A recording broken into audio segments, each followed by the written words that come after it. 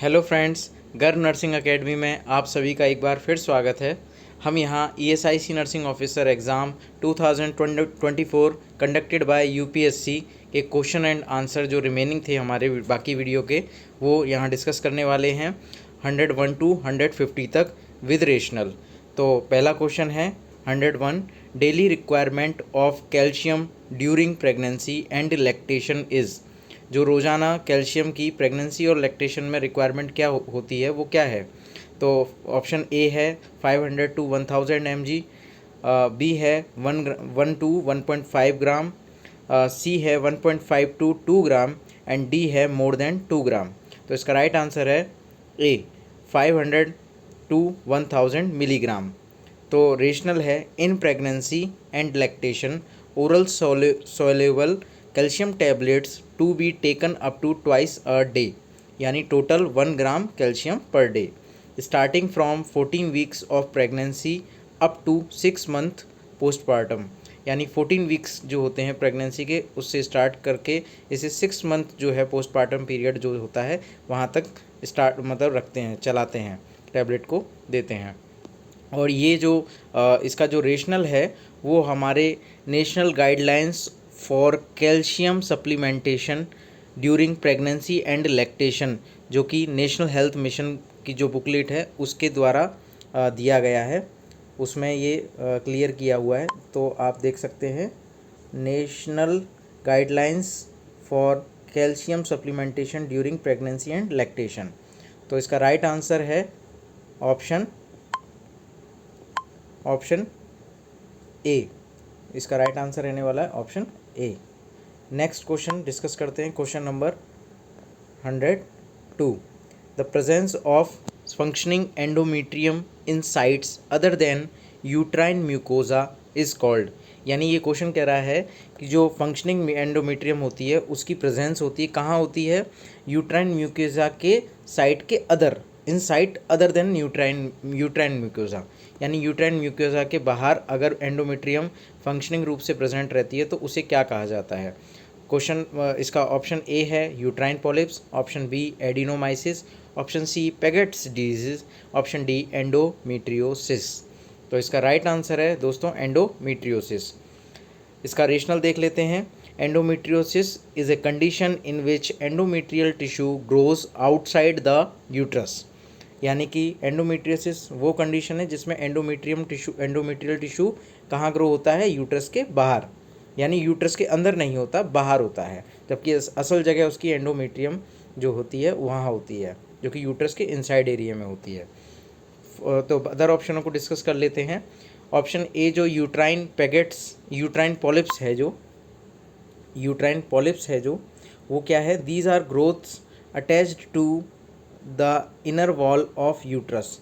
ये एक तरह की ग्रोथ होती है जो कि इनर वॉल में होती है, यूट्रस में पॉलिप्स बन जाते हैं यूट्रस के अंदर, तो उसे यूट्राइन पॉलिप्स कहा जाता है। तो नेक्स्ट ऑप्शन है एडिनोमायोसिस। एडिनोमायोसिस क्या होता है, this is condition where endometrial tissue grows into the muscles wall of the uterus. यानी कि जो एंडोमेट्रियल टिश्यू होता है वो कहाँ ग्रो हो रहा है, एंडोमेट्रियल टिश्यू कहाँ ग्रो हो रहा है, वो मसल्स वॉल ऑफ यूट्रस, यानी कि ऊपरी लेयर, यूट्रस की अंदरूनी एंडोमेट्रियम लेयर के ऊपर नहीं हो रहा है, वो मसल्स के अंदर इंसर्टेड हो रहा है। ठीक है, मसल्स के अंदर इंसर्टेड हो रहा है, तो इसे एडिनोमायोसिस कहते हैं। नाम से भी पता पड़ रहा है, एडिनो मतलब एडिशन होना और मायोसिस मतलब आपके जो मसल्स वॉल है उसके अंदर। नेक्स्ट इसका जो ऑप्शन है वो है पैगेट्स डिजीज़। पैगेट्स डिजीज़ क्या होती है, this is a cancer of skin unrelated to endometrium. एक तरह का स्किन का कैंसर होता है पैगेट डिजीज़, जो कि एंडोमेट्रियम से इसका कोई लेना देना नहीं। चलिए क्लियर है, तो इसका right answer option D endometriosis. Clear है। Next question number 103, which one of the following is a non-steroidal compound with potent anti-estrogenic properties used for oral contraception। यानी इनमें से कौन सी ऐसी ओरल कॉन्ट्रासेप्शन है जिसकी प्रॉपर्टी क्या है, नॉन स्टेरॉयडल कंपाउंड है with potent anti oestrogenic property, यानी कि उसकी वो एक तो नॉन स्टेरॉयडल है कंपाउंड, दूसरा एंटी ईस्ट्रोजेनिक प्रॉपर्टीज़ है, लेकिन सारी जो हैं ओरल कॉन्ट्रासेप्टिव हैं, ये सारी ओरल कॉन्ट्रासेप्टिव हैं, पर इनमें से ये वाली और ये वाली नॉन स्टेरॉयडल कंपाउंड और एंटी ईस्ट्रोजेनिक प्रॉपर्टी किसकी है। तो इसके ऑप्शंस की बात कर लेते हैं। Option A progestin only pill, option B levonorgestrel, option C desogestrel and option D centchroman. So इसका राइट आंसर है दोस्तों, आंसर डी कैंटक्रोमान। तो कैंटक्रोमान के लिए बात कर लेते हैं। Centchroman this is a non steroidal compound with anti estrogenic properties and is used for oral contraception, यानी कि कैंटक्रोमान ही एक ऐसी इनमें से इन ऑप्शंस में से एकमात्र ओरल कॉन्ट्रासेप्टिव है जो कि नॉन स्टेरॉयडल होती है और एंटी ईस्ट्रोजेनिक प्रॉपर्टीज़ में पाई जाती है। तो और other options have steroid hormone. तो इसका राइट आंसर है centchroman. Next question, question number 104, active management of third stage of labour includes. Third stage में एक्टिव मैनेजमेंट में थर्ड स्टेज ऑफ लेबर की एक्टिव मैनेजमेंट में क्या इंक्लूड होता है। तो ऑप्शन ए है administration of oxytocin 10 units IM, option B Crede's expression of the placenta, option C administration of carboprost IM and option D administration of misoprostol 1000 milli microgram पर rectum. तो इसका right answer है option A administration of oxytocin 10 units IM, यानी oxytocin हम 10 unit देते हैं intramuscular. तो इसका रेशनल है oxytocin is typically the first line choice for active management, it helps contract the uterus and reduce postpartum hemorrhage. Other options are less commonly in active management of third stage of labor. तो active management की अगर बात की जाए तो active management के अंदर administration of oxytocin 10 unit IM आता है, क्योंकि ये क्या करता है, एक तो यूट्रस को कॉन्ट्रैक्ट करता है और जो पोस्टपार्टम हेमरेज है उसको कम करने का काम करता है।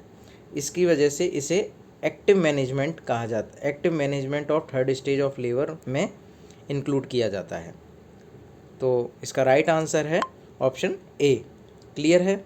Next question, question number 105, all of the following are the causes of secondary dysmenorrhoea except, यानी इनमें से कौन से कारण हैं जो सेकेंडरी डिसमेनोरिया के हैं, के अलावा कौन सा है, यानी कि सब है, इनमें से एक है जो कॉज सेकेंडरी डिसमेनोरिया का नहीं है, तो वो हमें पता लगाना है।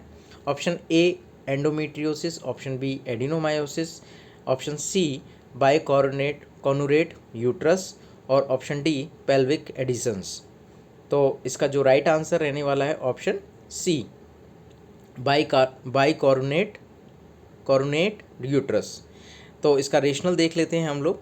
ऑप्शन ए जो सी है bicornuate uterus, a bicornuate uterus is a congenital uterine malformation where the uterus is heart shaped.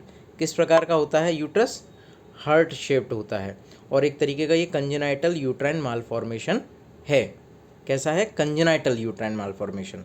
तो this condition is not typically associated with secondary dysmenorrhea, secondary dysmenorrhea से संबंधित ये नहीं होता है। Other causes, other options typically associated and causes secondary dysmenorrhea. Secondary dysmenorrhea का मतलब होता है, हम पहले सबसे पहले तो डिसमेनोरिया का मतलब समझ लेते हैं। डिसमेनोरिया का मतलब क्या होता है, डिसमेनोरिया का मतलब है पेन ड्यूरिंग द मेनोरिया, मतलब मेंस्ट्रुएशन साइकिल के दौरान जो पेन होता है उसे डिसमेनोरिया कहा जाता है। सेकेंडरी इसलिए कहा गया है क्योंकि ये किसी और वजह से हो सकता है, जो कि ये जो इसमें कॉज दिए हुए हैं एंडोमेट्रियोसिस, एडिनोमायोसिस और पेल्विक एडिशंस, ये रीजंस हो सकते हैं जिसके चलते सेकेंडरी डिसमेनोरिया हो सकता है। तो इसका जो राइट आंसर है एक्सेप्ट के चलते वो इसका राइट आंसर है option C, bicornuate uterus. Next question है question number 106। Match the list first with list second and select the correct answer using the code given below the list. यानी यहाँ पे डिग्री ऑफ यूट्राइन प्रोलैप्स पूछा हुआ है, जिसे match करना है अपने को second list clinical feature of prolapse. तो इसका राइट आंसर हम डायरेक्ट देख लेते हैं, और जो कि सेट जो पेपर है सेट है जो ए, उसके अकॉर्डिंग है। ए का 4, बी का 3, सी का 2 एंड डी का 1।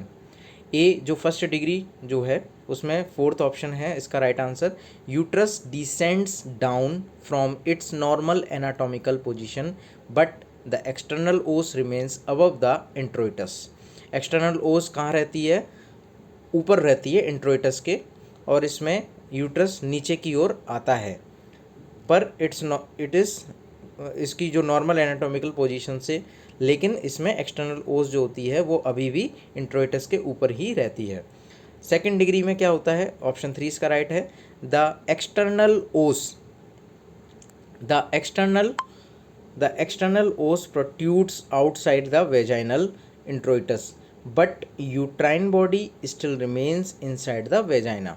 जो एक्सटर्नल ओस जो होती है वो प्रोट्रूड हो जाती है आउटसाइड वेजाइना इंट्रोइटस से, बट जो यूट्राइन की बॉडी जो होती है वो अभी भी वेजाइना के अंदर रहती है। तो इसका जो बी का सेकंड डिग्री क्लियर हो गया। नेक्स्ट जो सी है थर्ड डिग्री, उसके अंदर जो इसका राइट आंसर है वो है 2। The uterine cervix body and the fundus descend outside the introitus. यानी कि यूट्रस की सर्विक्स बॉडी और जो फंडस एरिया है, जो कि 3 पार्ट होते हैं यूट्राइन के, वो सारे के सारे इंट्रोइटस से बाहर की तरफ आ जाते हैं। तो ये थर्ड डिग्री में आता है। नेक्स्ट जो डी है प्रोसीडेंशिया, उसमें uterus prolapsis with eversion of entire vagina. तो जो वेजाइना है उसका इवर्जन होता है, यूट्रस प्रोलैप्स हो जाता है, और किसके साथ में? वेजाइना की पूरी वेजाइना तक इवर्ज हो जाती है, बाहर की तरफ आ जाती है।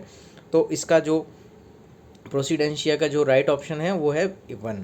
तो क्लियर हो गया होगा। नेक्स्ट क्वेश्चन की तरफ चलते हैं। Question number 107। All of the following are the causes of menorrhagia. बहुत ही अधिक मात्रा में मेंस्ट्रुएशन साइकिल ब्लीडिंग होना, उसको मेनोरेजिया कहते हैं। उसका कॉज क्या है? लेकिन इसमें क्या पूछा है? एक्सेप्ट पूछा है दोस्तों। क्या पूछा है? एक्सेप्ट, यानी कि कौन सा कारण नहीं है। तो इसके ऑप्शन देख लेते हैं हम लोग। Option A androgen producing tumours, जो कि एंड्रोजन प्रोड्यूस करते हैं, ऐसे tumour. Option B pelvic endometriosis. Option C adenomyosis. Option D granulosa cell tumour of the ovary. तो इसका राइट आंसर हम लोग देख लेते हैं। राइट आंसर है option A androgen producing tumour. Androgen producing tumour typically cause hormonal imbalance. Example है इसका hyperandrogenism and are not a common cause of menorrhagia. तो इसका जो मेनोरेजिया का जो मुख्य कारण है वो क्या कारण नहीं है, वो एंड्रोजन प्रोड्यूसिंग ट्यूमर होते हैं, जो कि मेनोरेजिया का कारण नहीं है, कॉमन कॉज नहीं है। होता ज़रूर है लेकिन कॉमन कॉज नहीं है। इसी तरह ये जो है वो हार्मोनल इम्बैलेंस करता है और हाइपर एंड्रोजिज्म करता है। तो जो मेनोरेजिया के मेन कॉमन कॉजेज़ होते हैं वो कौन कौन से हैं? Pelvic endometriosis, adenomyosis, granulosa cell tumour of the ovary. तो क्लियर है, इसका right answer option A androgen producing tumour. Next question number 108। In the neonates the brown fat is located at the following sites except. ये जो paper आया है UPSC का बहुत ही specific है, और बहुत ही जो क्वेश्चंस हैं, एक तो मिनिमम टाइम था, बहुत कम टाइम था, 2 आवर्स में 150 क्वेश्चंस, और प्लस इसमें जो है क्वेश्चंस हैं एक तो डिटेल्ड भी बहुत है और स्पेसिफिक भी बहुत हैं। तो ये बहुत ही अच्छा पेपर यूपीएससी ने अपने यूपीएससी लेवल का पेपर बनाया है, इस चीज़ की दाद देनी पड़ेगी। तो अपना जो 100 क्वेश्चन है इसको डिस्कस कर लेते हैं। तो in the neonates the brown fat is located at the following sites except. तो कौन सी जगह पे ब्राउन फैट नहीं होता है वो हमें पता लगानी है, नेट्स में पता लगाते हैं। ऑप्शन ए है around the heart, option B in the axilla, option C around the brain and option D around the kidney. आप सभी को पता है कि जो ब्राउन फैट क्या करता है, बच्चे का टेम्परेचर कंट्रोल करता है और बाहर जो भी कोल्ड है उस एरिए से उससे बचाता है और एक गर्मी प्रोड्यूस करता है ब्राउन फैट, जिससे बच्चे का टेम्परेचर मेंटेन रहता है और उसे जल्दी से कोई बीमारी मतलब या ठंड कोल्ड नहीं लगे। तो इसमें कहाँ पर नहीं होता है, ऑप्शन सी इसका राइट आंसर है। अराउंड द ब्रेन के चारों तरफ ब्राउन फैट नहीं होता है। Brown fat is found in specific areas such as around the heart, in the axilla and around the kidney, but not around the brain. Brown fat helps in thermoregulation in neonates. तो इसके लिए ये clear है आपका?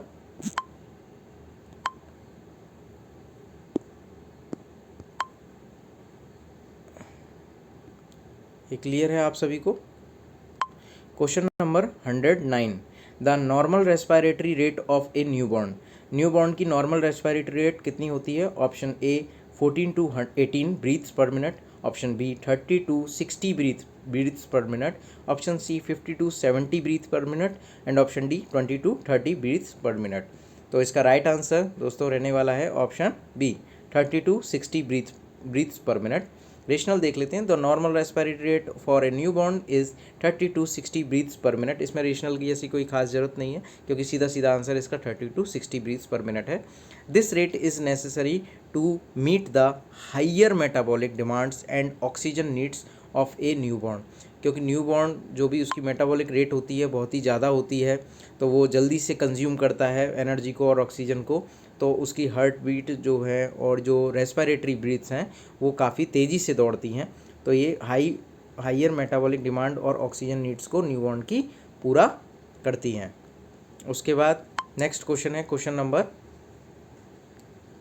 110, ए persistent rise in PCO2 and decreases in pH level in newborn is indicative of। तो यहाँ पे जो PCO2 है, प्रेशर ऑफ कार्बन डाइऑक्साइड, वो क्या हो रहा है, राइज हो रहा है और pH लेवल क्या हो रहा है, डिक्रीज़ हो रहा है। तो सीधा सा सबसे फॉर्मूला क्या होता है, सबसे पहले हम जो एसिडोसिस एल्कलोसिस वाले जो क्वेश्चंस होते हैं इसके लिए हम एक क्लास लेंगे यूट्यूब पे और अच्छे से उसको डिटेल्ड तरीके से बताएंगे, जिससे आपको कंसेप्ट क्लियर हो जाएंगे। आपको सॉन्डर्स मोज़वी में जाने की परेशानी नहीं पड़ेगी या उसमें डिटेल जाने की परेशानी नहीं पड़ेगी। तो सबसे पहली बात, जो मेटाबॉलिक या रेस्पिरेटरी एसिडोसिस और एल्कलोसिस, उसमें सबसे पहले जो हम देखते हैं वो देखते हैं पीएच। तो हमें पता है कि पीएच अगर डाउन जाती है तो एसिडोसिस होता है, एसिडिक नेचर आता है, और अगर ऊपर होता है तो एल्कलाइन नेचर होता है। तो हम यहाँ पे देख लेते हैं पीएच इसकी कहाँ जा रही है। तो इसकी पीएच जो जा रही है वो जा रही है लेवल डिक्रीज़। तो डिक्रीज लेवल है तो यानी कि अपने को देखना है कि एसिडोसिस हो रहा है, तो यानी कि इन दोनों में से ये चीज़ें होनी चाहिए। अब रही बात एसिडोसिस मेटाबॉलिक और रेस्पिरेटरी की, तो उसके अंदर हम क्या देखते हैं कि जो PCO2 है वो किसको इंडिकेट करती है, रेस्पिरेटरी सिस्टम को, क्योंकि प्रेशर ऑफ कार्बन डाइऑक्साइड हम कहाँ देखते हैं, रेस्पिरेटरी में देखते हैं। तो इसका जो राइट आंसर रहने वाला है वो एसिडोसिस है, क्योंकि PCO2 क्या हो रही है, इंक्रीज़ हो रही है। ये जस्ट उसका पीएच का ये उल्टा होता है। PP है दोनों में, लेकिन दोनों उल्टे हैं एक दूसरे के, तो इसलिए इसका जो PCO2 बढ़ने के कारण इसका रेस्पिरेटरी एसिडोसिस है। यहीं अगर मेटाबॉलिक एसिडोसिस होता तो उस मेटाबॉलिक एसिडोसिस में क्या होता है, मेटाबॉलिक की बात हम कब करते हैं, जब लास्ट, ये सबसे फाइनल और लास्ट चीज़ होती है जो हम लास्ट में देखते हैं। पीएच देख लिया हमने सबसे पहले, फिर हमने PCO2 देख लिया हमने, और उसके बाद हम क्या देखते हैं, बाइकार्बोनेट्स। तो यहाँ पे बाइकार्बोनेट्स की तो बात ही नहीं हो रही है। तो बाइकार्बोनेट्स अगर लो होते हैं क्योंकि इसका नेचर क्या होता है, एल्कलाइन होता है। अगर इसका ये बाइकार्बोनेट्स नीचे जाते हैं तो एसिडोसिस होगा, क्योंकि ये कम हो रहे हैं, अगर ये बढ़ेंगे तो एल्कलाइन नेचर होगा, अगर बढ़ेंगे तो एल्कलाइन नेचर होता है। ये पीएच के साथ साथ चलता है, इसको हम बता देते हैं कैसे चलता है पीएच के साथ साथ। तो यहाँ पे ये चीज़ आपको क्लियर हो जाएगी। सबसे पहले हम क्या देखते हैं, जो रेस्पिरेटरी और मेटाबॉलिक एसिडोसिस एल्कलोसिस वाले क्वेश्चन होते हैं, सबसे पहले हम पीएच देखते हैं, वो हमको क्लियर कर देता है कि एसिडोसिस है एल्कलोसिस। फिर हम देखते हैं PCO2, उस चीज़ का PCO2 कितना दे रखा है, और जब PCO2 से भी क्लियर हो जाए कि भाई PCO2 नॉर्मल रेंज में, तब हम देखते हैं बाई कार्बोनेट्स कहाँ जा रहे हैं। तो बाइकार्बोनेट्स जो होते हैं वो किसके साथ ही हैं, किसके साथ साथ चलते हैं, पीएच के साथ साथ। अगर पीएच डाउन जाएगा तो बाइकार्बोनेट्स भी, पीएच अगर डिक्रीज होता है तो यहाँ पर एसिडोसिस नेचर आता है, लेकिन बाइकार्बोनेट्स अगर नीचे जाएंगे तो यहाँ पर क्या होगा, एसिडिक नेचर बढ़ेगा। तो यानी कि ये दोनों साथ साथ चलते हैं, ठीक है, एसिडिक नेचर बढ़वाते हैं अपना, अगर पीएच और बाइकार्बोनेट दोनों कम होते हैं तो। क्लियर है, इसकी हम क्लास लेंगे। तो इसका राइट आंसर जो रहने वाला है respiratory acidosis. Rationale respiratory acidosis occurs when there is an accumulation of carbon dioxide in the blood due to inadequate respiration leading to a decrease in blood pH. तो इसका जो carbon dioxide CO2 in blood due to inadequate respiration leading to a decrease in blood pH acidosis, यानी acidosis acidosis हो रहा है क्योंकि pH कम हो रहा है। दूसरा, उसका जो कार्बन डाइऑक्साइड है वो एक्यूमुलेट हो रही है, यानी कि उसकी मात्रा बढ़ रही है, जिससे रेस्पिरेटरी एसिडोसिस यहाँ पर होगा। Next question, question number 111, nipple confusion is a situation where the infant, option A accept the artificial as well as mother's nipple, option B accepts the mother's nipple but refuses artificial nipple, and option C accept the artificial nipple but refuses the mother's nipple, option D refuses to feed at all। ये nipple confusion कौन सी situation होती है, option ए में कह रहे हैं कि इसमें artificial as well as mother's nipple दोनों तरीके के जो प्रक्रिया है वो एक्सेप्ट करता है मतलब इन्फेंट। तो यहाँ पे कन्फ्यूज़न तो रहा ही नहीं, ऑप्शन ए आएगा ही नहीं इसमें। Option B except the mother's nipple but refuses artificial nipple, यानी मदर्स निप्पल्स को तो वो एक्सेप्ट करता है पर आर्टिफिशियल निप्पल्स को रिफ्यूजेस कर देता है। यहाँ पर एक सोचने वाली बात है कि मदर्स निप्पल्स को तो वो पहले से ही जानता है, आर्टिफिशियल निप्पल्स को तो हम आगे से देते हैं, तो वो शुरुआत में तो आर्टिफिशियल निप्पल्स को रिफ्यूज़ कर ही नहीं पाता है। तो ये भी रॉन्ग आंसर है। Option C except the artificial nipple but refuses the mother's nipple, यानी नेचुरल तरीके को छोड़ के आर्टिफिशियली निप्पल पर वो को एक्सेप्ट करने लग जाता है और मदर्स निप्पल्स को भूल जाता है, जिसके चलते निप्पल्स कन्फ्यूज़न हो जाता है। तो इसका जो राइट आंसर है option C except the artificial nipple but refuses the mother's nipple. तो इसका रेशनल हम देख लेते हैं। Nipple confusion occurs when an infant has difficulty switching between the breast and bottle nipple. Infant born with an instinct for breastfeeding. Infant born he breastfeeding के instinct के साथ होता है, but become confused after the introduction of pacifier और bottle. लेकिन bottle और पेसिफर हम use करने लगते हैं उसके साथ में, तो often preferring the artificial nipple over the mother's breast, तो मदर्स ब्रेस्ट को छोड़ के वो आर्टिफिशियल निपल्स को प्रेफर करता है। तो यही इसी को ही निपल कन्फ्यूज़न कहा जाता है। ये नया क्वेश्चन है, बहुत अच्छा क्वेश्चन है। Next question, question number 112, the classical symptom of invasive cervical cancer. Cervical cancer का जो इन्वेसिव टाइप, कौन सी इन्वेजन हो रहा है जिसमें, ऐसा सर्वाइकल कैंसर का क्लासिकल सिम्टम क्या है। Option A haematuria, option B back pain, option C post coital bleeding, option D anaemia. तो इसका राइट आंसर है option C post coital bleeding. इसमें रेशनल क्या है, पोस्ट कोइटल ब्लीडिंग और bleeding after intercourse is a classical symptom of invasive cervical cancer. तो यानी कि जब सर्वाइकल कैंसर इन्वेजिव हो जाता है तो उसमें post coital after intercourse bleeding होने लगती है, ठीक है, उसी को पोस्ट कोइटल ब्लीडिंग कहते हैं। Option A haematuria, blood in the urine, not typically A symptom of cervical cancer. Option B back pen can be A symptom of advance cervical cancer but not a classical symptom. मतलब एकदम classical symptom नहीं है, clear नहीं करता कि ये cervical cancer invasive type का हो सकता है। Option D anaemia can occur in cervical cancer but not a classical symptom, यानी क्लासिकल सिम्टम एनीमिया नहीं। Question number 113, the irregular overlapping of the cranial bones on one another due to liquefaction of the brain matters of the fetus, यानी brain जो होता है बच्चे का उसका liquefaction होने के कारण क्रेनियल बोन एक दूसरे के ऊपर ओवरलेप हो जाती है इरेगुलर तरीके से। तो इस तरीके के साइन को क्या कहा जाता है? Option A Jacquemier sign, option B Spalding sign, option C Piskacek sign and option D Robert sign. तो इसके ऑप्शंस की बात कर लेते हैं। तो राइट आंसर इसका option B Spalding sign. Rational है, Spalding sign refers to the overlapping of the skull bones seen in deceased fetus due to the collapse of the cranial bones, यानी कि जो क्रेनियल बोन्स का collapse होने का reason जो होता है वो डिसीज्ड फीटस होता है, यानी कि उसमें बच्चा डेड हो जाता है जिसके कारण उसकी जो बोन्स होती हैं वो एक दूसरे के ऊपर ओवरलेप हो जाती हैं और उसका जो ब्रेन होता है वो कोलैप्स हो जाता है। तो इसका जो राइट आंसर है ऑप्शन बी स्पाल्डिंग साइन। बाकी के ऑप्शनों की हम बात कर लेते हैं। A Jacquemier sign, a purplish discolouration of the mucous membrane of the vagina that occur early in pregnancy, यानी पर्पलिश डिस्कलरेशन होता है म्यूकस मेम्ब्रेन का वेजाइना में जो कि अर्ली प्रेगनेंसी का एक साइन है। Next B option Piskacek sign, asymmetry of the enlarged uterus caused by lateral transplantation of the uterus embryo, यानी एम्ब्रियो का ट्रांसप्लांटेशन हो जाता है लेटरल साइड में और जिससे असिमेट्री यानी कि एक समानता नहीं रह जाती है एनलार्जमेंट में यूट्रस के।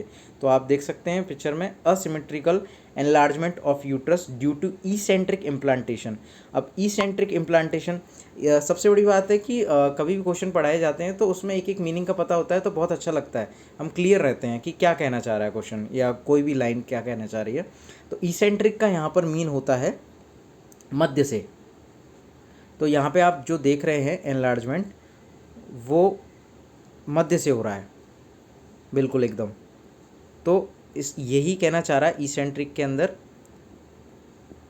ईसेंट्रिक का मतलब होता है मध्य से इम्प्लांटेशन होना चालू होता है और एनलार्जमेंट एक तरफा होता है एसिमेट्रिक टाइप का।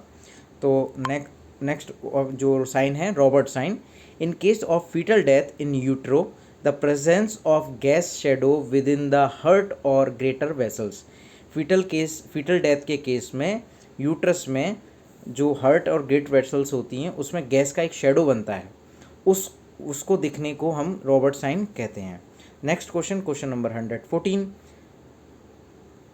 114 जिसमें what will be the approximate body mass index of a women with weight 70 kg and height 155 centimetre. ये बहुत बार क्वेश्चंस आते हैं तो ये आप लोगों को क्लियर होना चाहिए बॉडी मास इंडेक्स का जो फॉर्मूला होता है वो क्या होता है। ऑप्शन आप सभी के सामने, हमें राइट आंसर इसका देखना है। तो इसका फॉर्मूला है, राइट आंसर इसका बी दे रखा है 29.1। फॉर्मूला देख लेते हैं बीएमआई का, वेट ऑफ किलोग्राम, वेट जो होता है किलोग्राम में, sorry weight in kilogram, weight in kilogram and height in metre square, यानी कि जो सेंटीमीटर है उसको हम मीटर में बदल देंगे। तो 1 मीटर में कितने सेंटीमीटर होते हैं? 100 सेंटीमीटर होते हैं। तो 100 अगर लग जाएगा तो 155 सेंटीमीटर्स में कितने मीटर्स हो जाएंगे? 1.55 मीटर। तो इसका जो राइट आंसर है 70 वेट हो गया बाय 1.55 का अगर स्क्वायर करते हैं तो क्या आता है 1.55 का स्क्वायर करते हैं तो क्या आता है 2.4025। इसका 70 से अगर आप डिवाइडेशन करेंगे तो 29.1 निकल के आएगा। तो इसका जो राइट आंसर है 29.1 रहने वाला है। Next question number 115, what will be the incidence rate if there are 500 new cases of an illness in population of 30,000 in a year। 30,000 population है एक साल में जिसमें 500 न्यू केसेस हैं इलनेस के, तो इसमें इंसिडेंस रेट क्या होगी? तो इसका पहले फार्मूला पता होना चाहिए। इंसिडेंस रेट का क्या फार्मूला होता है? ऑप्शन सी इसका राइट आंसर दे रखा है 16.7 पर 1000 ईयर। तो इसका इंसिडेंस रेट का जो फार्मूला है वो क्या है? Number of new cases upon population size into 1000। Number of new cases, population size and 1000। तो इसमें पॉपुलेशन जो नंबर ऑफ न्यू केसेस जो है वो कितने हैं? 500। कितने हैं? 500 न्यू केसेस हैं इलनेस के। तो इसके न्यू केसेस में 500 तो न्यू केसेस हैं इलनेस के, और 30,000 एक ईयर की पॉपुलेशन है, और इसका 1000 से आप इंटू करते हैं, पर 1000 पे निकलता है। तो इसका जो आंसर आता है 16.666 आता है। तो जो लगभग आंसर है इसका 16.7, जो कि हमारे ऑप्शन से मैच करता है। तो इसका राइट आंसर है 60.7, option C, per 1000 per year. Next question, question number 116। All of the following foods have high glycaemic index except. इनमें से कौन से फूड्स होते हैं जिनका हाई ग्लाइसीमिक इंडेक्स होता है बाकियों को छोड़ के? एक्सेप्ट पूछा है, तो इसमें सबका हाई इंडेक्स है ग्लाइसीमिक, लेकिन एक का नहीं है। तो कौन सा है? Option A brown rice, option B cornflakes, option C baked potato, option D white bread. तो ब्राउन राइस कहा जाता है कि हाई ग्लाइसीमिक इंडेक्स नहीं होता, इसलिए शुगर के मरीजों में जैसे चावल खाने की इच्छा होती है तो ब्राउन राइस का एडवाइस करते हैं। तो रेशनल देख लेते हैं। Brown rice has a lower glycaemic index compare to cornflakes, baked potato and white bread. तो ग्लाइसीमिक इंडेक्स तो होता ही है, लेकिन बाकी के ऑप्शंस के मुकाबले ब्राउन राइस में कम होता है। Foods with high glycaemic index cause a rapid increase in blood glucose level. जिन फूड्स का हाई ग्लाइसीमिक इंडेक्स होता है वो जल्दी से ब्लड ग्लूकोज लेवल को बढ़ाते हैं, इसलिए ब्राउन राइस जिसका लोअर ग्लाइसीमिक इंडेक्स होता है। तो नेक्स्ट क्वेश्चन, क्वेश्चन नंबर, इसका ऑप्शन आपको सबको क्लियर हो गया है, और इसका राइट आंसर है option A brown rice. Next question, question number 117। Which one of the following types of under nutrition is indicated by Z score below -3 SD of the median WHO child growth standard. WHO के child growth standard के according जो Z score है वो -3 है। तो इसका type of under nutrition में हम इसको कौन सा हम इसे टाइप मानेंगे? तो option A underweight, option B stunting, option C wasting, option D severe acute malnutrition. तो इसका राइट आंसर है severe acute malnutrition. Rational है a Z score below -3 standard deviation. जो SD है उसका मीन है standard deviation from the median, यानी मध्य से स्टैंडर्ड डेविएशन अगर -3 है जेड स्कोर में, तो WHO चाइल्ड ग्रोथ स्टैंडर्ड के अनुसार इंडिकेट करता है ये सीवियर एक्यूट माल न्यूट्रिशन का सीवियर एक्यूट माल न्यूट्रिशन के चाइल्ड है। तो इसमें इसका जो राइट आंसर है सीवियर एक्यूट माल न्यूट्रिशन है। तो हम देख लेते हैं जेड स्कोर के अंदर क्या आता है। जेड स्कोर बताता है MUAC द्वारा, यानी कि mid upper arm circumference, MUAC mid upper arm circumference, जो कि -1 से -1.9 अगर होता है तो माइल्ड न्यूट्रिशन कहलाता है बच्चा -2 टू -2.9 अगर होता है तो मॉडरेट माल न्यूट्रिशन कहलाता है, और -3 से अगर ऊपर होता है तो वो सीवियर माल न्यूट्रिशन कहलाता है स्टैंडर्ड डेविएशन मीडियन से। तो इसका right answer option D severe acute mall nutrition. Next question, question number 118। Which one of the following is a measure of overall disease burden expressed as a number of year lost due to ill health, disability और early death। इनमें से कौन सा ऐसा measure है, मापने का एक पैटर्न है, जिसमें जो ओवरऑल डिजीज़ का जो बर्डन होता है वो नंबर ऑफ ईयर्स, जो कि एक साल में एक नंबर होता है जिसमें जो एक्सप्रेस किया जाता है वो किसकी लॉस्ट होते हैं, जो कि डिजीज़ जो होती है वो लॉस्ट किसकी वजह से होते हैं? Due to ill health, disability और अर्ली डेथ के कारण जो है लाइफ को लॉस्ट कर देते हैं, और उनकी संख्या होती है एक साल में, उसको किस रूप में मेज़र किया जाता है? Option A health adjusted life expectancy, option B quality adjusted life expectancy, option C disability free life expectancy and option D disability adjusted life years. यानी कि यहाँ पर अगर ऑप्शन को ही देख लेते हैं तो कई बार क्वेश्चंस क्लियर नहीं होते हैं लेकिन ऑप्शंस में ही आंसर छुपा रहता है। तो ऑप्शन ए है हेल्थ एडजस्टेड लाइफ एक्सपेक्टेंसी। तो यहाँ पे हेल्थ की बात हो रही है लेकिन एडजस्टेड हो रहा है, लाइफ एक्सपेक्टेंसी की बात हो रही है, यहाँ पे हमारे ईयर्स की बात नहीं हो रही। नेक्स्ट है क्वालिटी एडजस्टेड लाइफ ईयर्स। तो यहाँ क्वालिटी की बात ही नहीं हो रही है, हेल्थ की बात हो रही है। तो यहाँ पे इस ऑप्शन में ये तो है लेकिन ये नहीं है।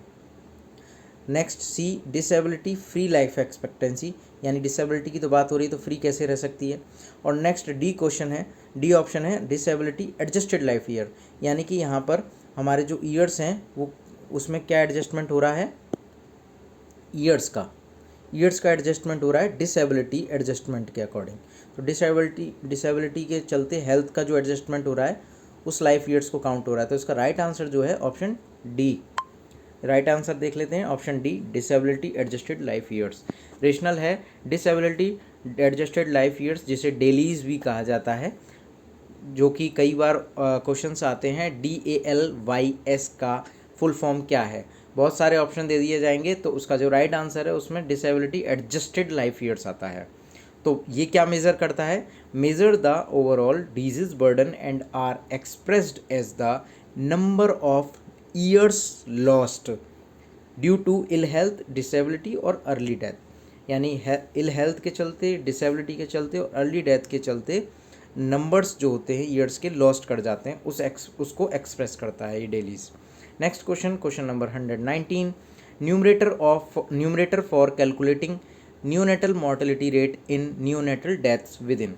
न्यूनेटल डेथ जो होती हैं उनकी मॉर्टेलिटी रेट को कैलकुलेट करने के लिए कौन सा न्यूमरेटर हम देखते हैं। न्यूनेटल डेथ्स किसे कहा जाता है, कुल मिला के कितने दिन तक की लाइफ होती है न्यूनेटल की, अगर उसकी डेथ होती है तो उसे न्यूनेटल डेथ कहा जाए। इसका सीधा जो कहना चाहता है ये क्वेश्चन ये है। Option A 28 days of life, option B 45 of days of life, option C 75 days of life, option D 90 days of life. तो इसका राइट आंसर है option A 28 days of life. तो रेशनल है इसका, the neonatal mortality rate is calculated using the number of neonatal deaths within the first 28 days of life per 1000 life birth. यानी 1000 life birth में 28 days हैं life के, उसमें होने वाली डेथ को हम क्या कहते हैं, नियोनेटल डेथ कहते हैं। यानी नियोनेटल डेथ किसे कहते हैं, फर्स्ट 28 डेज में पर 1000 लाइफ बर्थ पे होने वाली डेथ को हम नियोनेटल डेथ कहते हैं। Clear. Next question number 120, which one of the following drugs used for treatment of malaria is contraindicated in pregnancy. Pregnancy में कौन सी मलेरिया की जो ड्रग है वो कॉन्ट्राइंडिकेटेड होती है। Option A chloroquine, option B primaquine, option C quinine, option D sulfadoxine plus pyrimethamine. तो बहुत बार ये क्वेश्चन पूछा जा चुका है। इसका राइट आंसर है option B primaquine. Rational, primaquine is contraindicated in pregnancy due to its potential to cause haemolytic anaemia in the fetus. यानी कि प्रीमाक्विनिन क्यों कॉन्ट्राइंडिकेटेड होती है, क्योंकि ये पोटेंशियल कॉज होता है हीमोलाइटिक एनीमिया का फीटस के अंदर। यानी इसमें जो एनीमिया होता है हीमोलाइसिस के चलते होता है, specially in those with glucose 6 phosphate dehydrogenase deficiency. यानी कि जो G6PD जो डिफिशियंसी होती है उसके चलते जो बच्चे होते हैं उनमें ये हीमोलाइटिक एनीमिया ज़्यादा देखने को मिलता है जो प्रीमाक्विनिन लेते हैं। तो प्रीमाक्विनिन कॉन्ट्राइंडिकेटेड होती है किसमें, प्रेगनेंसी में। तो इसके लिए एक फार्मूला बना लेते हैं तो जिससे हम कभी भूलें नहीं। प्रेगनेंसी पी से और पी से ही प्रीमाक्विनिन, तो प्रीमाक्विनिन नहीं चलती है प्रेगनेंसी में। तो ये क्लियर है। Next question number 121, which one of the following is not a component of epidemiological tried. Epidemiological tried जो होता है उसका कंपोनेंट इनमें से कौन सा नहीं है। Option A environment, option B agent, option C host, option D disease. तो इसका right answer option D disease. तो रेशनल में the epidemiological triad consist of the agent, host and environment. ये एजेंट, होस्ट और एनवायरनमेंट होते हैं epidemiological triad में। Disease is the outcome of interaction between these component and is not considered a component of the triad itself. तो इस line से आप लोगों को क्लियर हो जाएगा कि जो डिजीज़ होती है वो इन सभी कंपोनेंट्स जो होते हैं बाकी के एजेंट, होस्ट और जो एनवायरनमेंट, इनके इंटरेक्शन का एक आउटकम होता है, ना कि कंपोनेंट होता है डिजीज़ किसका, एपिडेमियोलॉजिकल ट्राइड का। तो क्लियर है। Next question, question number 122। During pulse polio immunisation auxiliary nurse midwife has noticed that on vaccine monitor the colour of square inside the circle is darker than the circle around it. यानी जो circle होता है pulse polio immunisation में, जो ANM हैं उन्होंने notice किया कि वैक्सीन वाइल मॉनिटर जो है उसमें जो स्क्वायर है सर्किल के बीच में, उसका कलर डार्कर हो गया है सर्किल से, बाहर के सर्किल से अंदर का जो स्क्वायर का कलर है वो डार्क हो गया है। तो what should be her action, तो उनका एक्शन क्या होना चाहिए? Option A, administer the vaccine to children from the same vial, तो यानी कि उनको लगा देना चाहिए उसी वाइल में से बच्चे को vaccine. Option B, administer the vial vaccine from the same vial after shaking, आप शेक करके वाइल को वैक्सीन लगा देना चाहिए। Option C, put the vial in ice box for some time and then administer from the same vial, यानी vial को वापस ice box में रख दें और थोड़ी देर बाद में निकाल के उसी सेम वाइल में से वैक्सीन को एडमिनिस्टर कर दें।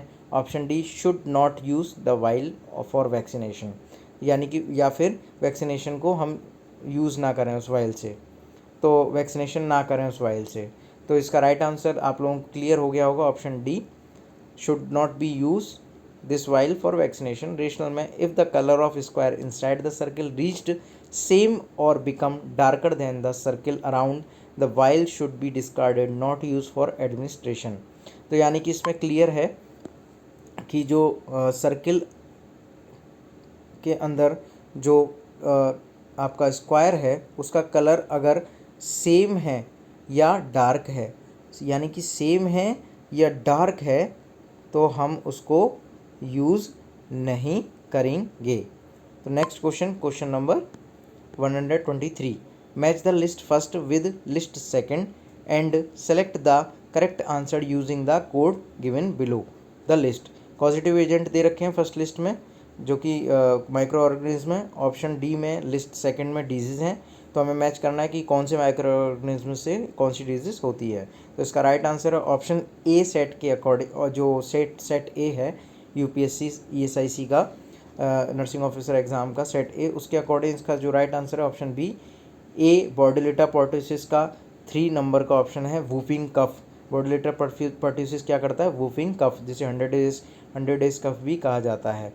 ऑप्शन बी, साल्मोनेला टाइफी, जो कि इसका राइट आंसर है 4 एंटेरिक फीवर, गैस्ट्रोएंटेरिटिस करता है ये साल्मोनेला टाइफी, है ना, वॉमिटिंग, नोजिया ये सब करता है, इंटेस्टाइन पे इफेक्ट डालता है। ऑप्शन सी, क्लोस्ट्रीडियम परफिंजिस, ये कि एक फूड पॉइजनिंग करते हैं clostridium perfringens. And option D, flavivirus, जो कि येलो फीवर का कारण होता है। तो इसका जो राइट आंसर है option B, set A paper के अकॉर्डिंग, ए का 3, बी का 4, सी का 2 एंड डी का 1। तो आप लोगों को आंसर क्लियर हो गया होगा। ओके, नेक्स्ट क्वेश्चन पे चलते हैं। Question number 124। Which one of the following services should ideally form the basis of the health service pyramid. इनमें से कौन सी सर्विसेज हैं जो कि आइडली फॉर्म होती हैं हेल्थ सर्विसेज के पिरामिड के बेस पर। तो सबसे निचला जो बेस होता है वो कौन सा होता है जिसमें हेल्थ सर्विसेज दी जाती हैं, जिस पर हेल्थ सर्विसेज दी जाती हैं? Option A, clinical preventive services. Option B, population based health services. Option C, secondary health services. Option D, tertiary health services. तो इसका जो राइट आंसर रहने वाला है option B, population based health services. Rational है, population based health services form the base of the health services pyramid because they encompass broad preventive measures that affect the entire population aiming to improve overall public health। यानी इसमें population based health services जो होती हैं वो base level होता है health services का पहुंचाने का लोगों तक पिरामिड में, और एनकम्पास ब्रॉड और प्रिवेंटिव मेजर्स होते हैं जो कि पूरी पॉपुलेशन को इफ़ेक्ट करते हैं। दूसरा, इसमें पब्लिक हेल्थ इम्प्रूव होती है, जिसका मेन जो एम होता है पब्लिक हेल्थ को इम्प्रूव करना। तो इसका जो राइट आंसर है option B, population based health services comes base level of the health services pyramid. Next question, question number 125, community based assessment checklist CBAC।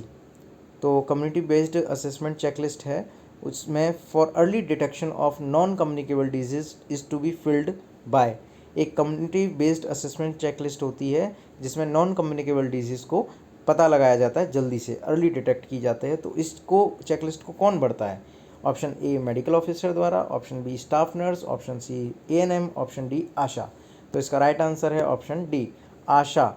Rational है एक्रीडेटेड सोशल हेल्थ एक्टिविस्ट यानी ASHA are community health workers who filled out community based assessment checklist, जो कि community based assessment checklist को बढ़ते हैं to help detect non communicable disease early. तो ये clear है, आशा ही द्वारा जो है कम्युनिटी बेस्ड असेसमेंट चेकलिस्ट द्वारा भरा जाता है। Next question, question number 126, which of the following are the team members of health and wellness centre. Health and wellness centre पर कौन कौन सी टीम मेंबर्स होते हैं at sub centre level. Sub centre के लेवल पर कौन कौन लोग होते हैं एक वेलनेस सेंटर पे, हेल्थ एंड वेलनेस सेंटर पे, उसकी टीम में कौन कौन लोग होते हैं? Option A community health officers, जिसे मिड लेवल हेल्थ प्रोवाइडर भी कहा जाता है। Option 2 ANM, option 3 ASHA and option D anganwadi worker.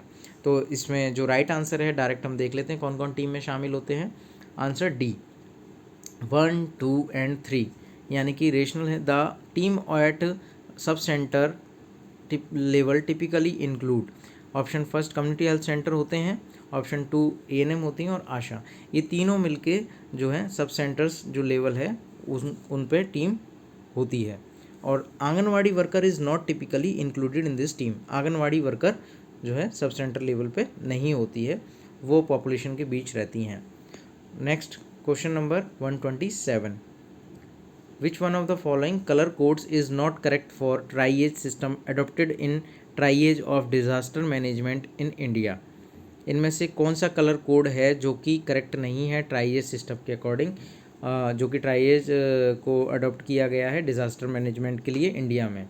Option A red indicates high priority treatment, option B yellow indicates medium care priority, option C blue indicates ambulatory patients, option D black indicates dead and moribund patients. तो इसका जो right answer है जो कि हमें बताना है कौन सा गलत है, तो क्वेश्चन आंसर है इसका C, blue indicate ambulatory system. Blue colour not include in triage system. तो यहाँ क्लियर है ब्लू कलर जो होता है वो ट्राइएज सिस्टम में है ही नहीं। तो जो रॉन्ग आंसर इसमें आने वाला है, रॉन्ग का मतलब उनके अकॉर्डिंग जो ट्राइएज सिस्टम में नहीं आता वो कौन सा है? ब्लू कलर, जो कि एम्बुलेटरी पेशेंट को इंडिकेट करने का दिखा रखा है, ये नहीं होता है। इसके rational triage colour code system होता है, क्या क्या होता है? रेड कलर जो कि इंडिकेट करता है हाई प्रायोरिटी से ट्रीटमेंट, जो कि लाइफ जिनकी सेव करना ज़रूरी है, बहुत ही ज़्यादा रिस्क में है, उनकी लाइफ सर्वाइव करने के लिए उनको जल्दी से जल्दी ट्रीटमेंट की ज़रूरत है। नेक्स्ट है येलो, वो इंडिकेट करते हैं मीडियम केयर प्रायोरिटी, जो कि रेड जो हाई प्रायोरिटी होती है उससे जस्ट नीचे के जो पेशेंट्स होते हैं उनमें येलो हम ट्राइएज कलर देते हैं उन्हें। ऑप्शन सी जो है ग्रीन, उसमें इंडिकेट्स माइनर इंजरीज आती हैं, और ऑप्शन जो बी है वो कलर इंडिकेट करता है डेड एंड मोरिबंड पेशेंट को। तो ये क्लियर है, ये बड़े बड़े हॉस्पिटल्स में या जो NABH हॉस्पिटल्स होते हैं उनके अंदर जोन बने रहते हैं, red zone, yellow zone, green zone. तो इनके अंदर उसी तरीके से पेशेंट्स को ट्रीट किया जाता है और उसी तरीके से प्रायोरिटी बेसिस पे पेशेंट को डिज़ास्टर मैनेजमेंट के टाइम पर उनको डिवाइड किया जाता है। तो next question number 128, under Ayushman Bharat Pradhan Mantri Jan Arogya Yojana ABPMJY, how much cover per family per year is provided for secondary and tertiary care hospitalisation. इनमें से प्रधानमंत्री जो आयुष्मान भारत प्रधानमंत्री जन आरोग्य योजना, यानी कि लोगों के आरोग्य की योजना जो है उसके लिए हॉस्पिटलाइजेशन जो है सेकेंडरी और टर्शियरी लेवल पे उस पर कवर पर फैमिली के लिए कवर कितना दिया हुआ है एक साल में? Option A 2 lakh, option B 5 lakh, option C 7 lakh, option D 10 lakh. तो इसका राइट आंसर है ऑप्शन बी 5 लाख। रेशनल है, under the Ayushman Bharat Pradhan Mantri Jan Arogya Yojana each family is provided with a health cover of 5 lakh per year, यानी 5 लाख के हेल्थ कवरेज दिया जाता है ये प्रत्येक फैमिली को आयुष्मान भारत प्रधानमंत्री जन आरोग्य योजना के तहत, जिसमें सेकेंडरी और टर्शियरी केयर हॉस्पिटल जो होते हैं वो across public and private empanelled hospital in India, जो कि जिसमें कहाँ इलाज मिलता है? पब्लिक एंड प्राइवेट एम्पैनल्ड जो हॉस्पिटल होते हैं गवर्नमेंट के, वहाँ पर 5 लाख तक का मुफ्त इलाज मिलता है, हेल्थ कवर मिलता है। Next question, question number 129, discouraging children from adopting harmful life style for the prevention of non communicable disease is an example of, यानी किसी बच्चे को हार्मफुल लाइफ स्टाइल को अडॉप्ट करने के लिए डिस्करेज करना, यानी उसे मना करना, जिससे वो ना करे, डिस्करेज करना, ऐसे प्रिवेंशन को, नॉन कम्युनिकेबल डिजीज़ के प्रिवेंशन को किस टाइप का प्रिवेंशन कहा गया है? Option A primordial prevention, option B primary prevention, option C secondary prevention, option D tertiary prevention. तो इसका जो राइट आंसर है ऑप्शन ए प्राइमोर्डियल प्रिवेंशन। इसमें primordial prevention is the prevention of development of risk factor in population group which have not yet appeared. Primordial prevention किसे कहा जाता है? जिसमें रिस्क फैक्टर के डेवलप को ही कम कर दिया जाता है, दूर कर दिया जाता है, रिस्क फैक्टर को ही डेवलप होने से पहले ही प्रिवेंट किया जाता है। विच हैव नॉट येट अपीयर्ड, जो कि दिखता ही नहीं है फिर। तो example, discouraging people from adopting harmful life style विया मास एजुकेशन। गाँव में जो मास एजुकेशन दी जाती है या जो भी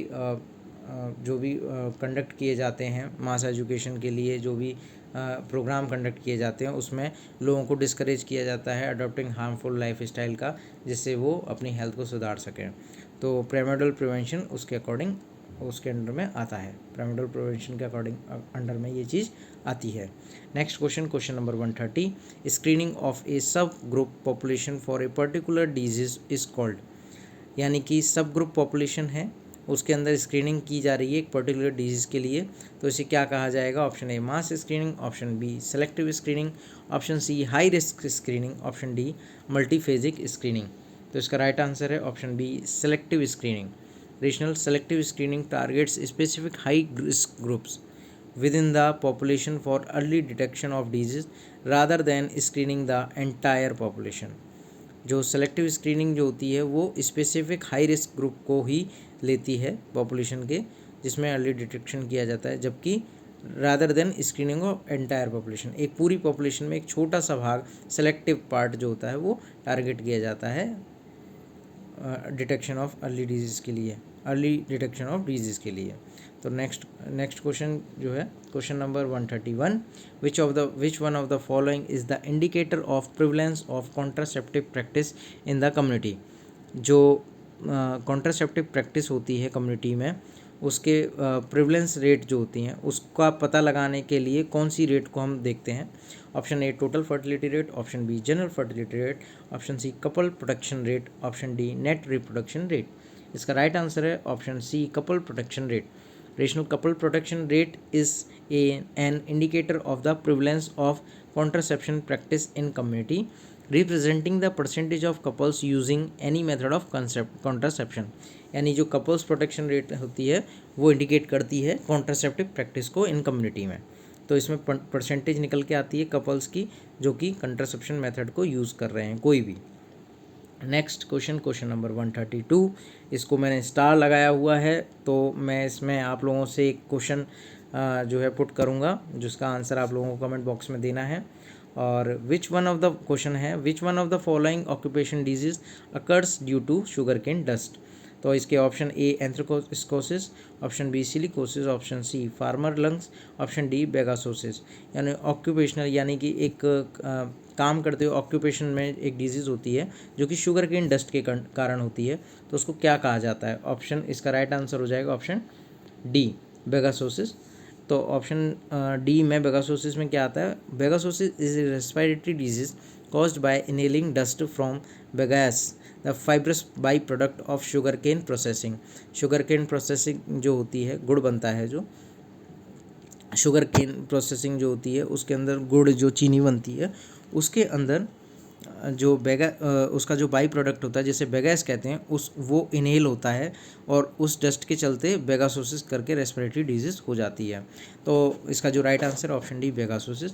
तो मैं जो क्वेश्चन पूछ रहा हूँ वो आप लोगों से कमेंट बॉक्स में उसका आंसर करने के लिए कह रहा हूँ। वो ये है कि जो एंथ्रेकोसिस होता है और सिलिकोसिस होता है और फार्मर लंग्स, ये किन किन रीज़न से होता है, आप लोगों को कमेंट बॉक्स में इसका आंसर देना है। ये तीनों किन किन वजहों से होते हैं, तो इसका तो मैंने बता दिया है इस वीडियो में। आप लोग जो है इसके जो ऑप्शन जो कमेंट बॉक्स है उसके अंदर इसका आंसर करेंगे। Next question, question number 133, which one of the following vaccine is sensitive to freezing and should be protected from sub zero temperature. ये बहुत ही लोगों को कंफ्यूजिंग लगा है, बहुत अदर्स वीडियो में क्या लगा है क्या नहीं लगा है, मैं आप लोगों को यहाँ क्लियर कर देता हूँ विद रेशनल। और रेशनल हमने पीडीएफ देखा है इसके लिए क्या पीडीएफ है। Which one of the following, यानी कौन सा ऐसा वैक्सीन है जो फ्रीजिंग के लिए सेंसिटिव होता है, यानी फ्रीजिंग नहीं की जा सकती जिसकी, और उसे सब ज़ीरो यानी ज़ीरो से नीचे टेम्परेचर जाने के चलते रोका जाता है, मतलब उसमें जीरो से नीचे टेम्परेचर नहीं दिया जाना चाहिए उस वैक्सीन को रखने के लिए। Option A oral polio, option B BCG, option C Japanese encephalitis, option D cholera. तो इसका राइट आंसर है ऑप्शन डी कोलेरा। रेशनल है, cholera vaccine is sensitive to freezing and must be stored and transported at temperature above 0 degree celsius to maintain it efficacy. यानी 0 degree Celsius से ऊपर रखना पड़ता है। किसको रखना पड़ता है? कोलेरा वैक्सीन को। अब हम देख लेते हैं इसका रेशनल, जो आप देख रहे होंगे स्क्रीन पे, वैक्सीन सेंसिटिविटी टू हीट, ऐसे वैक्सीन जो हीट सेंसिटिव होते हैं। यहाँ हमसे फ्रीज सेंसिटिव पूछा हुआ है, तो हीट सेंसिटिव जो होते हैं वो कौन कौन से होते हैं? Oral polio vaccine OPV, वेरिसिला influenza, तो यानी और जापानीज एन्सेफेलाइटिस। तो जापानीज एन्सेफेलाइटिस और जो आपका ओरल पोलियो वायरस होता है वो हीट सेंसिटिव होता है, ना कि फ्रीज सेंसिटिव। दूसरा इसमें कोलेरा दे रखा है लेकिन इनएक्टिवेटेड टाइप दे रखा है। उसके बाद आ जाता है आपके येलो फीवर, जापानीज एन्सेफेलाइटिस। उसके जो रेशनल है उसके अंदर वैक्सीन सेंसिटिविटी टू हीट और वैक्सीन सेंसिटिविटी टू फ्रीजिंग, ये टेम्परेचर के अकॉर्डिंग जो वैक्सीन्स होती हैं किस चीज़ के लिए सेंसिटिव होती हैं वो इसमें दिखाया गया है। तो जो सेंसिटिव होती हैं फ्रीज के लिए वो कौन कौन सी हैं इसमें? फ्रीज सेंसिटिव वैक्सीन्स जो होती हैं उसमें यहाँ पे जो दे रखा है वो दे रखा है कोलेरा। ठीक है, आप लोग देख पा रहे होंगे। अब these vaccine are not damaged by freezing, यानी कि फ्रीज सेंसिटिव नहीं होती हैं। कौन कौन सी? Meningitis A, yellow fever, bacillus Calmette Guerin यानी BCG, Hib, Japanese encephalitis, measles mump rubella, oral polio and rabies, rota, rubella and vaccine varicella zoster. यानी कि हमारे जो ऑप्शंस थे उनके अंदर कौन कौन से थे? बीसीजी था एक, और आपके जापानीज एन्सेफेलाइटिस था, और आपके ओरल पोलियो वायरस था। तो यानी कि ये फ्रीजिंग से जो है डैमेज नहीं होते हैं, इसलिए ये फ्रीज सेंसिटिव नहीं है। इसका जो राइट आंसर है वो आएगा कोलेरा। तो क्लियर है। नेक्स्ट क्वेश्चन पे चलते हैं। Question number 134, Peyer's patches are present in. Peyer patches कहाँ प्रेजेंट होते हैं? Option A stomach, option B duodenum, option C jejunum, option D ileum. तो इसका राइट आंसर है ऑप्शन डी इलियम। रेशनल है, Peyer patches are lymphoid tissue होते हैं ये, and found in the ileum, the last part of the small intestine, जो कि होता है, and play a role in the immune response. Lymphoid tissues का एक पैच होता है जिसे पियर पैचेस कहते हैं, जो कि कहाँ पाया जाता है? इलियम में। Next question, question number 135, the types of joints where movement take place about a single stationary axis and is largely restricted to one plane are known as.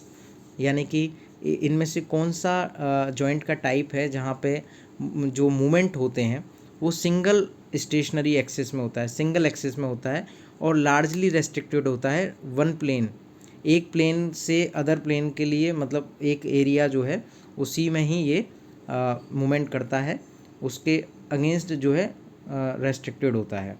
तो इसको क्या कहेंगे? A plane joint, option B hinge joint, option C ellipsoid joint and option D saddle joint.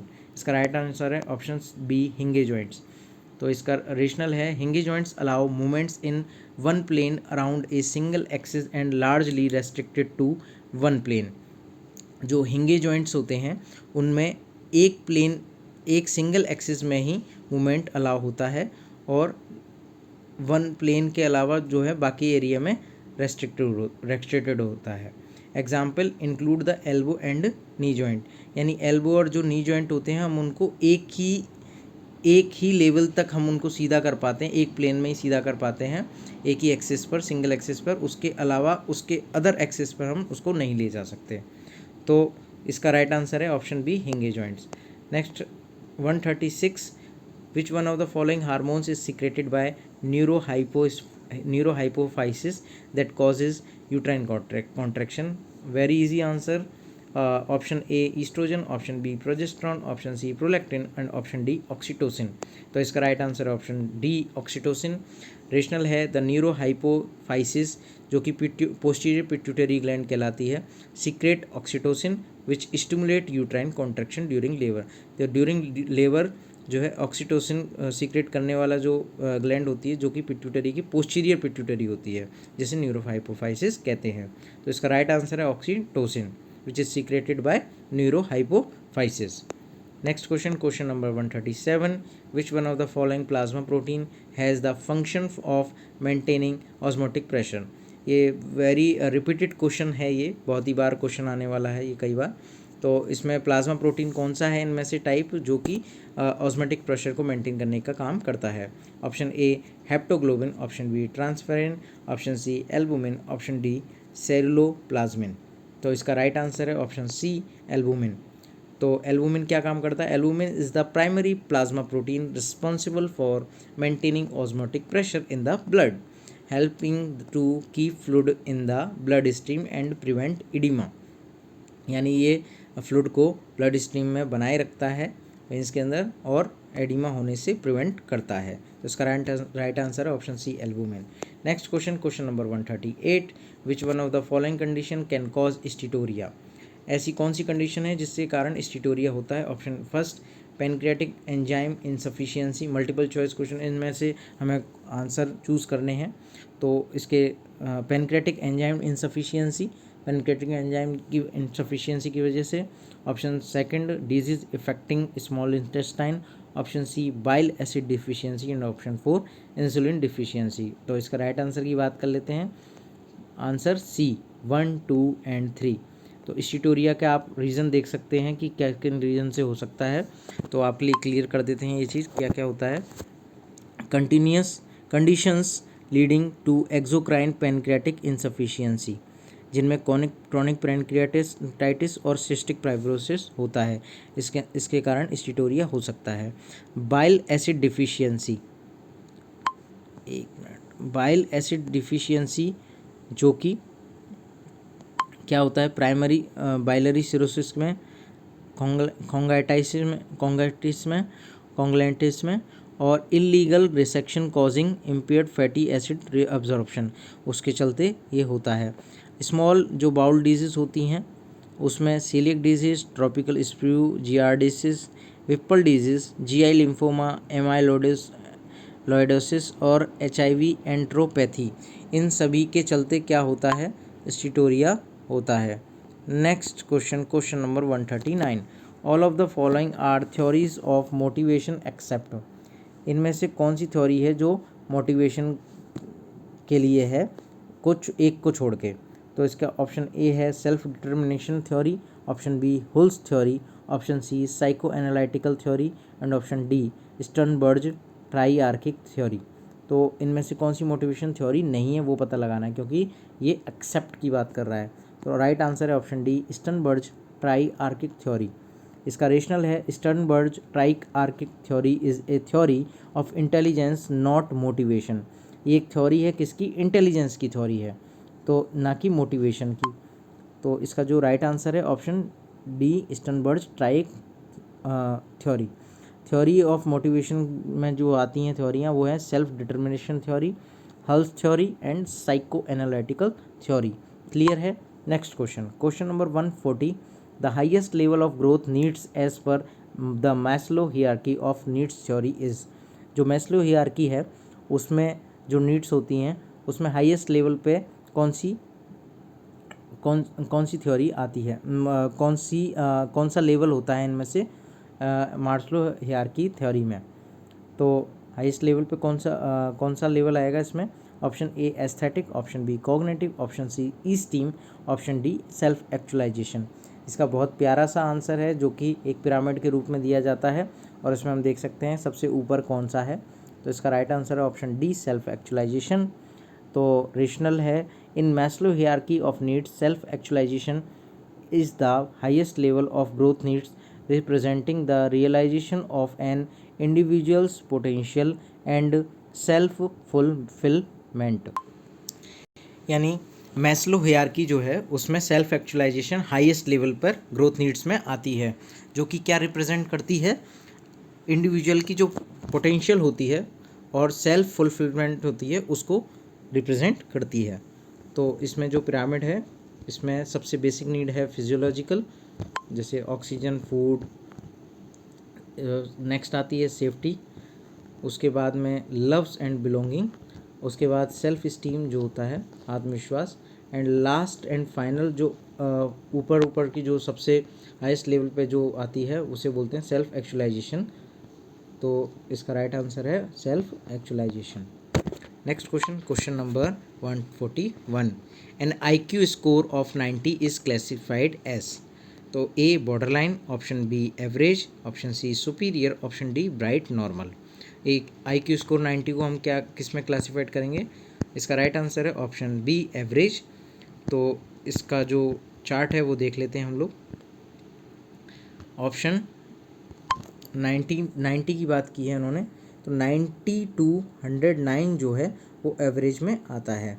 130 above very superior, 120 to 129 superior, 110 to 119 high average, and 80 to 89 low average, 70 to 79 borderline, and 69 and below extremely low. तो इसका जो right answer है 90 to 109 average. Clear है?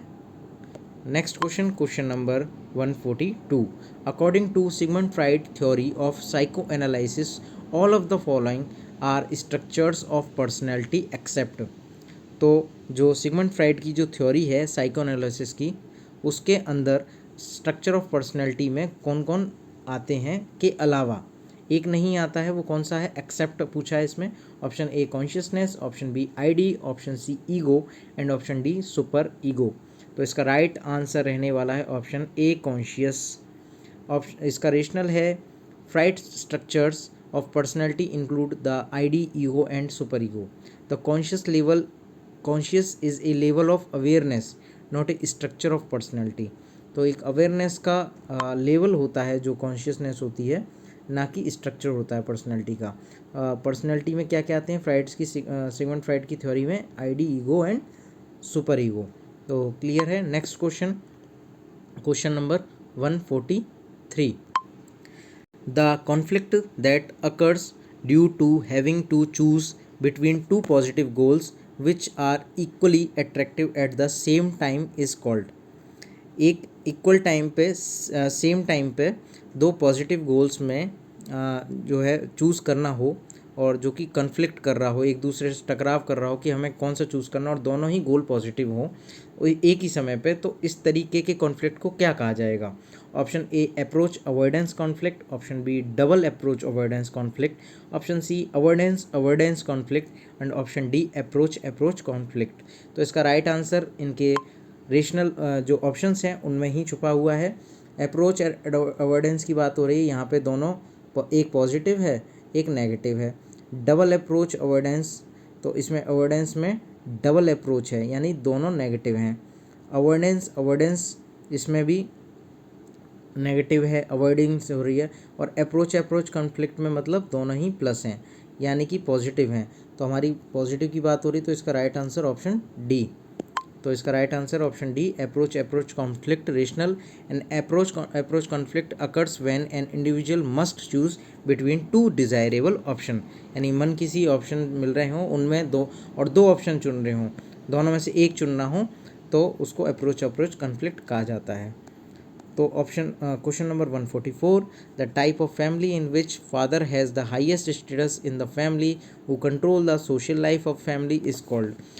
तो social life of family में जो highest status होता है, जिसमें पिता जो द्वारा जो है सोशल लाइफ कंट्रोल की जाती है फैमिली की, उस फैमिली को कहा जाता है, क्या कहा जाता है? Option A patriarchal family, option B matriarchal family, option C patri local family and option D patri lineal family. तो इसका राइट आंसर है ऑप्शन ए पैट्रियार्कल फैमिली। तो पैट्रियार्कल फैमिली क्या होती है? Rational in a patriarchal family the father और eldest male holds the highest status and typically has authority over family decision and social life. Patriarchal family में father या सबसे बड़ा जो मेल होता है, वो अपने जो फैमिली डिसीजंस को होता उन वो ही हैंडल करता है, और सोशल लाइफ को भी फैमिली की, तो उस फैमिली को पैट्रियार्कल फैमिली कहते हैं। इसका right answer option A. Next question, question number 145, which of the following are ways of acculturation, यानी अकल्ट्रेशन के वेज कौन कौन से हैं इनमें? Option first trade and commerce, option second industrialization, option 3 education, option 4 conquest. तो इसका राइट आंसर जो है, इनमें से हमें चूज़ करने हैं, तो इसका राइट आंसर है ऑप्शन डी 1 2 3 4, यानी सभी ऑप्शन अकल्ट्रेशन के वेज होते हैं। रेशनल है, acculturation refer to the process of cultural change and psychological change. Psychological change और कल्चरल चेंज की एक प्रोसेस होती है अकल्ट्रेशन, जिसके चलते रिजल्ट क्या होते हैं? फॉलोइंग मीटिंग बिटवीन्स कल्चर्स, जो कि मीटिंग्स होती हैं कल्चर्स की, उसके चलते ये चीज़ें होती हैं। जिसमें क्या क्या आता है? Trade and commerce, industrialization, education and conquest, जिसके चलते अकल्ट्रेशन होता है, यानी कि cultural change and psychological change होता है। Next question, question number 146, which of the following are essential amino acids, इनमें से कौन से एसेंशियल एमिनो एसिड्स हैं? First leucine, option second tryptophan, option 3 methionine, option 4 cysteine, option 5 histidine. 5 option दे रखे हैं, यानी कि इनमें से चूज़ करने हैं हमें, तो हमें पता होना चाहिए एसेंशियल एमिनो एसिड्स कौन कौन से होते हैं। तो इसका राइट आंसर है ऑप्शन ए 1 2 3 एंड 5। तो जो इसका राइट आंसर है 1 2 3 5, 1 2 3 एंड 5, यानी leucine, tryptophan, methionine and histidine, ये सभी एसेंशियल एमिनो एसिड्स हैं जो कि हम बाहर के पदार्थ भोजन से प्राप्त करते हैं। इसका रेशनल है, आइए देख लेते हैं क्लियर करके। Essential amino acids are those that can not be synthesised by the body and must be obtain from the diet. 9 essential amino acids are कौन कौन से हैं? Histidine, isoleucine, leucine, lysine, methionine, phenylalanine, threonine, tryptophan and valine. Cysteine are not considered essential amino acids in adults. Okay,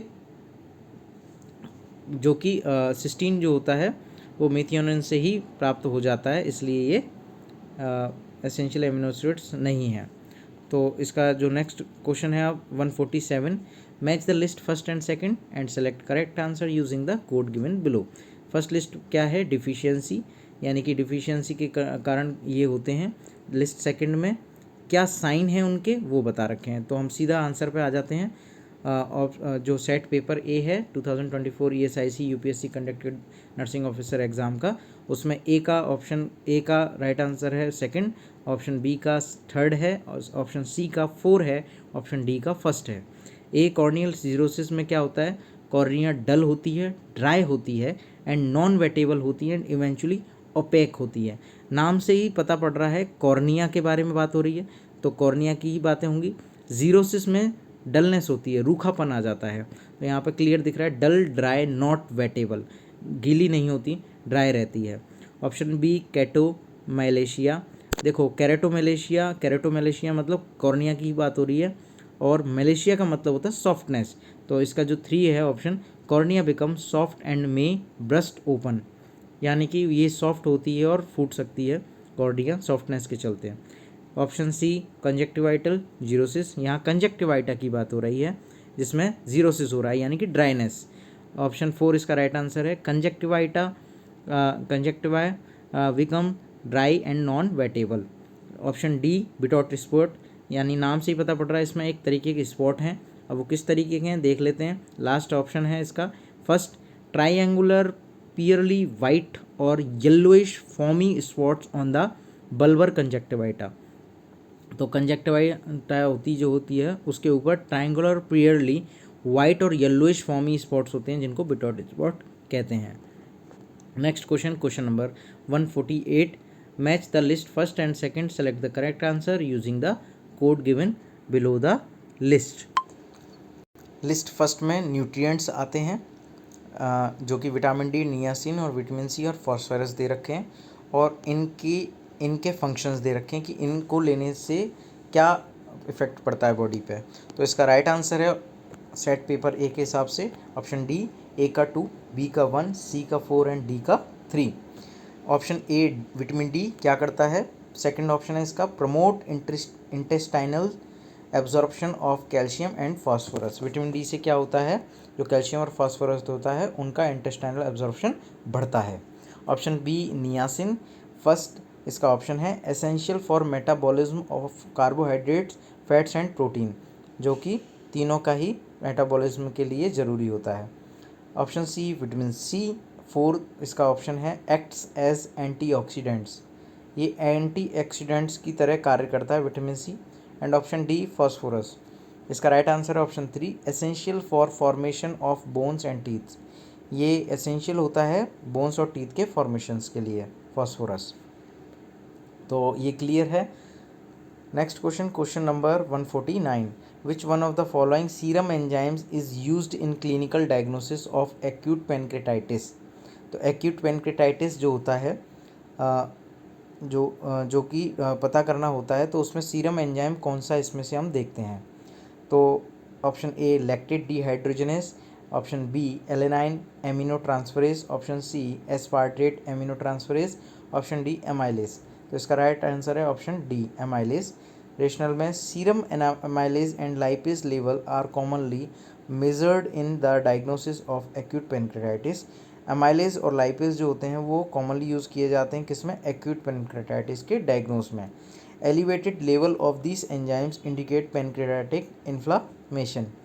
तो जो पेनक्रेटाइटिक inflammation होती है उसके level elevated level रहते हैं, तो उसके चलते ये बताते हैं कि पेनक्रेटाइटिक इन्फ्लामेशन हो रहा है इनके लेवल बढ़ने के चलते। तो next question number and last question of this video, which one of the following is the major immunoglobulin in human serum. तो ह्यूमन जो सीरम है उनमें सबसे ज़्यादा मात्रा में इम्यूनोग्लोबिन जो होता है वो ह्यूमन सीरम में कौन सा होता है। तो option A IgA, option B IgD, option C IgG, option D IgE। तो इसका राइट आंसर है ऑप्शन जी IgG। तो रेशनल है इसका, IgG is the most abundant immunoglobulin in human serum and plays a critical role in the body's immune response by neutralizing pathogens and facilitating phagocytosis। जो IgG होता है वो बहुत अधिक मात्रा में पाए जाने वाला इम्यूनोग्लोबिन होता है ह्यूमन सीरम में, और एक बहुत ही महत्वपूर्ण रोल निभाता है बॉडी के इम्यून रिस्पॉन्स में, जिससे पैथोजेंस और जो फैगोसाइटोसिस की प्रक्रिया होती है, पैथोजन को न्यूट्रलाइजिंग करना और फैगोसाइटोसिस को बढ़ाना, फैसिलिटेटिंग करना, ये काम इसका होता है। तो आशा करते हैं आपको ये वीडियो पसंद आई होगी, और इसको आपके दोस्तों के साथ और अपने जो भी स्टूडेंट्स हैं नर्सिंग ऑफिसर की तैयारी करने वाले हैं उनके साथ शेयर कीजिए, जिससे उनके ESIC पेपर जो है उसका जो पेपर है पूरा अच्छे से क्लियर हो सके, ना कि वो किसी क्वेश्चन को लेके बैठे हों उनका आंसर उन्हें ना पता हो। तो यहाँ हमने विद रेशनल सारे क्वेश्चंस दे रखे हैं। तो मैं आशा करता हूँ कि आप लोगों को अच्छा लगा होगा ये वीडियो। नेक्स्ट वीडियो के साथ आपको मिलते हैं। तो good bye all of you, bye.